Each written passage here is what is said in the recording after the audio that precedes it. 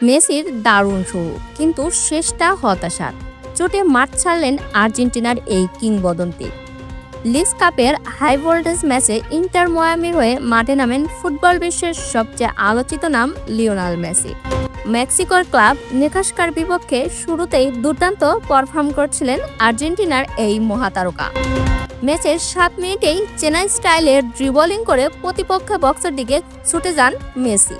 মুহূর্তেই বোঝা যাচ্ছিল আজও ভক্তদের জন্য কিছু ম্যাজিক নিয়ে এসেছেন তিনি। সে আগুন ঝরা দৌড়ানোটাই হয়ে দাঁড়ালো কাল। প্রতিপক্ষের 2 ডিফেন্ডার রাউল সানচেজ ও অ্যালেক্সিস পেনা মেসিকে আটকাতে গিয়ে তাকে বক্সের কাছেই কঠিন ট্যাকল করে। মেসি পড়ে যান, সঙ্গে সঙ্গে ধরে ফেলেন চোট পেয়েছেন। উঠে দাঁড়িয়ে খেলা চালিয়ে যাওয়ার চেষ্টা করলেও 11 মিনিটের মধ্যে মাঠ ছাড়তে বাধ্য হন তিনি। পরবর্তী মাঠে নামেন ফেদরিকো রেদোন্দো। ম্যাচ শেষে মায়ামি কোচ হ্যাভিয়ার ম্যাচেরানো বলেন, আগামীকাল চূড়ান্ত কিছু জানা যাবে। আপাতত গুরুতর কিছু বলে মনে হচ্ছে না, কারণ ব্যথা নেই। তবে মেসি কিছুটা অস্বস্তি অনুভব করছে। আপনারা দেখছেন খেলার সংবাদ, সঙ্গে আছে আমি আয়েশা সিদ্দিকা, ডিবিজি নিউজ।